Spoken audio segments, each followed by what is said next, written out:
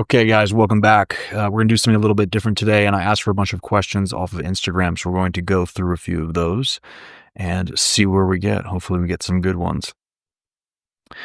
This is an interesting one to start off with, which is other companies supplying PEDs in special operations. If you guys are watching this video, then that means that you are looking to get into special operations, which means you should not be touching PEDs, any sort of drugs at all. Okay.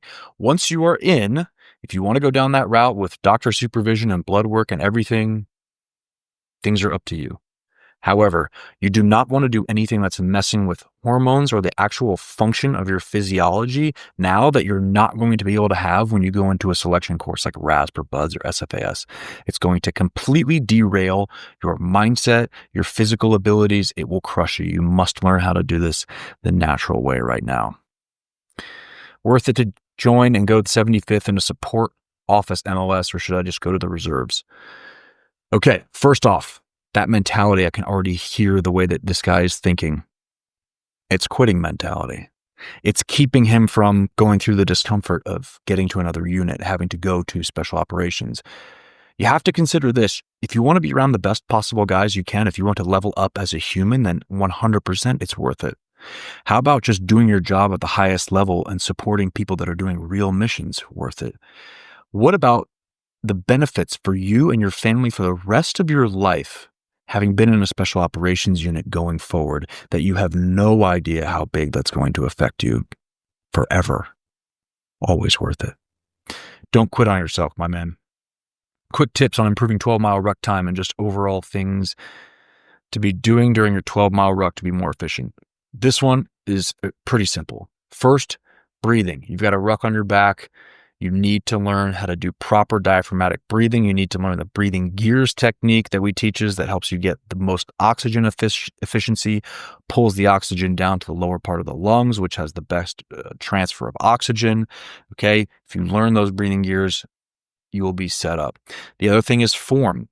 Right? Let's say that you have good running form. The second you put a ruck on your back, you are modifying your center of gravity. You need to be able to maintain that good running form and be efficient. Right? So if you're bending at the waist, if you're doing anything that is out of alignment, you're burning energy that doesn't need to burn, right? Any endurance sport, running, swimming, rucking, it is all about efficiency of energy and efficiency of mechanics. You must analyze your form on rucking. Don't just go out there and start doing mileage. Make sure that you can do it well first. Learn to ruck fast. The other thing would be how you pack your ruck. Maybe I'll do a video on this another time, but there's ways to do it so that the center of gravity stays close and high on your back, and that's another key as well. If you have a face tattoo, can you still join the army? I don't think so, but I did see a guy with a neck tattoo. When doing push-up ladders, is it okay to go up by 2 every set? Yeah, you absolutely can, if you think that makes sense. The ladders I find works best for the pull-ups, but you can do that for push-ups as well. Someone with 0 running experience and don't have access to a gym, but I want to start running. Is the Couch to 5K program recommended? Look, one, you don't need a gym to run. Go utilize the world. Jump on a road or a trail. You don't need to start necessarily with a program like inside the Ranger Blueprint. We have a program that's absolutely fantastic, but first you need to learn how to run. So, or even like me, like I was a collegiate rugby player and I could run. I knew how to run and sprint, but I would get shin splints. I couldn't really run distance well, so I had to learn that. So you have to start with the form. The form, and then running is going to, what does it do? We adapt to what we're putting stress on, so we have to do mobility to make sure that we're not getting tight. So learning how to run, learning how to do running-based mobility in the beginning is going to save you a ton in the long run. And then the reality is most of these running programs will work. Running with a weighted vest, should I consider this or is it too high risk for injury? So anytime you load yourself with weight, you're going to be putting more pressure on your body. So yes, higher risk for injury. The other thing is ask yourself the question, why, right? This is an operator fitness question. We know that SEALs, Rangers, Green Berets will be running around with kit. But if you can't pass the test that's going to allow you to class up, then what's the point? So I'd ask this guy basically, where are you in your running progression? If you need to do 5 miles in 40 minutes, but you run in 45 minutes, then there's no reason to be putting on a weighted vest and going to run. You need to train for the task at hand first. Do you think calisthenics is okay to prepare for selection if you don't have access to actual weights? Absolutely. All of the tests are calisthenics based. And then beyond that, there's no pass or fail with the weights.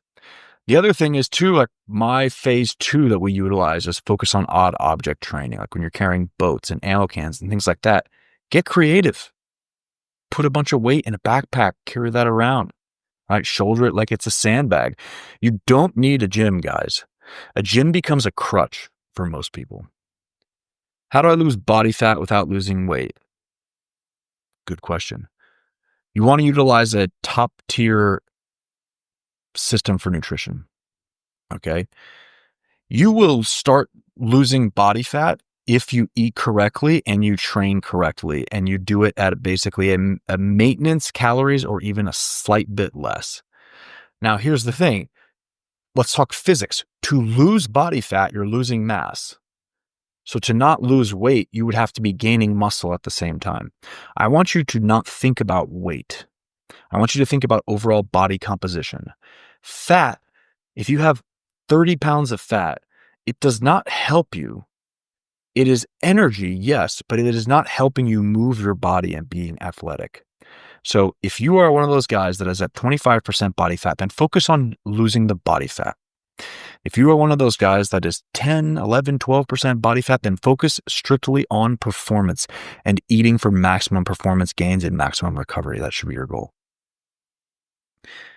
Can you select to focus on recon without going to Ranger Regimental Reconnaissance Company? I assume this guy's going to Ranger Regiment, so yes, you can go to one of the recce teams inside each battalion.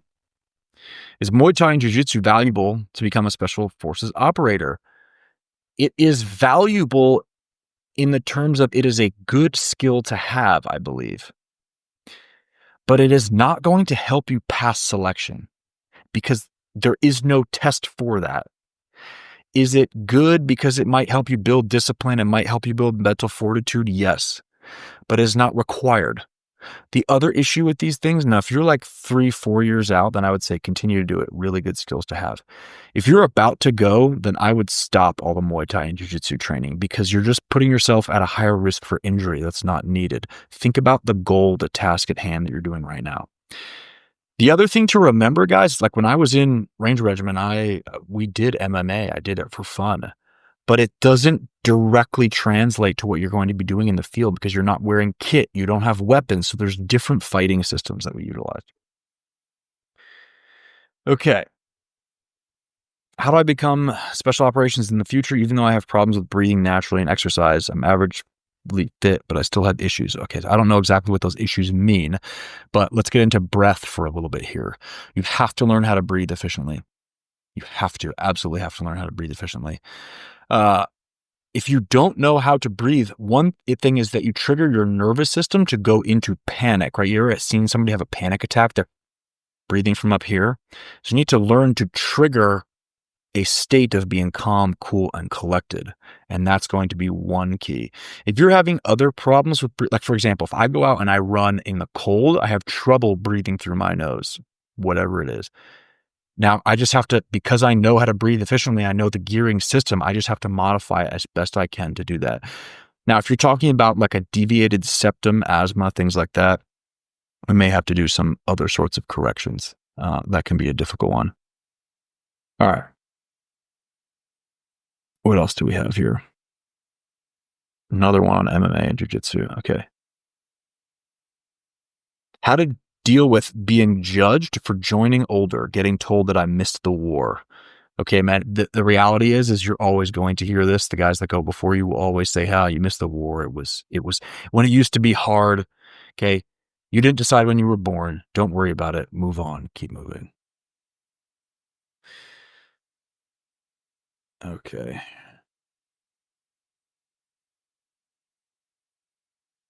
How did you go from feeling that you have to train to feeling that you want to train? This is an interesting one. You have to remember that you're not always going to want to train. Your mind is going to inject thoughts of not wanting to train simply because it doesn't want you to expend excess energy or it could bring on disappointment. So you're not always going to want to train. You have to build a discipline and a standard for yourself that says, decide my plan. I'm going to train at those times no matter what I feel like. Then if you do that over time, you build discipline, you will build confidence in yourself, you will see results, and then you will continue to want to train. That's a big key and an unlock for a lot of you. What kind of opportunities are there after getting out? You have to think of it like this. When you're in special operations and you get out, every single person is going to want to talk to you. They're all going to want to hire you. If you don't have the skill, like guys are wondering, oh, what's the best MOS to have skills when I get out? Doesn't matter. If you're the right type of person, then you can learn the skill and people will want to teach you that skill. That's the key. You can go to almost any school that you want. I've seen guys go to Ivy League schools. They get paid to do so. Most of you guys at this point truly can't comprehend the value of this for the rest of your life and how it's going to affect you.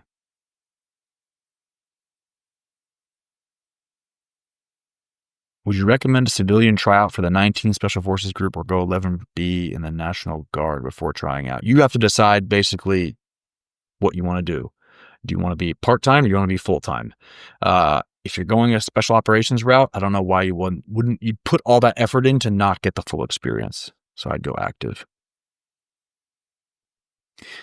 So what's a good why when thinking about joining a special operations unit? Okay, a good why is one that triggers an emotional response inside of you. A good why pisses you off to, like, if you were not going to fulfill this need of being in special operations, it should cause a response that makes you angry. Okay, you have to have a strong why. A strong why is not, oh, I want to be the best version of myself. A strong why is like, I cannot live with myself if I do not succeed specifically on the front lines of combat and the highest levels of special operations possible. I need my children to be able to look up to me in a way that I believe that I would have wanted to look up to when I was a kid, and it must be done through being a Ranger, through being a SEAL, because I only want to do it this way, right? You keep asking yourself why. It has to be deep. It has to piss you off, the idea of not making it. What happens when you get injured in special operations? Okay, I did that. I totally messed up my foot. You go to physical therapy within the unit. They support you. They get you back in the field, and you keep moving. On the injury front, however, you do not want to get injured in the selection courses because then you get recycled or kicked out. That's why it's so important that you learn injury prevention, and I teach mobility so often. It's really key. How'd you explain the culture in the 75th Ranger Regiment compared to other groups? Simply because of the nature that it is a direct action unit, it is pretty aggressive, pretty hardcore, pretty focused on standards and performance. Honestly, it's an awesome place to be for pushing yourself. I think, when you go into like a Green Beret team, sometimes they tend to be, because they operate in different ways, different mission sets, slightly more cerebral, sometimes you could think, slightly more like instead of competing with the teams, sort of operating within the team, and each guy has his own way of doing things, just because of how those MOSs work. But the reality is, guys, in terms of culture changes between Ranger platoons, it changes between ODAs, it changes between SEAL platoons. There's not necessarily one culture. It will always be changing. But the reality is a special operations guy is typically always the same type of guy. Like, I've worked with PJs, combat controllers, Green Berets, SEALs, Delta. It's all the same type of guy. The same type of guy who just chose a slightly different path and has a slightly different job. You need to learn how to become that type of guy. And I would choose the unit based on the job, the mission set that you want to go for. Okay, let's call it there for today. Guys, I have a lot more questions always coming in. If you liked this type of video versus the other videos, let me know and I'll keep doing them. Otherwise, see you next time. Free audio post-production by alphonic.com.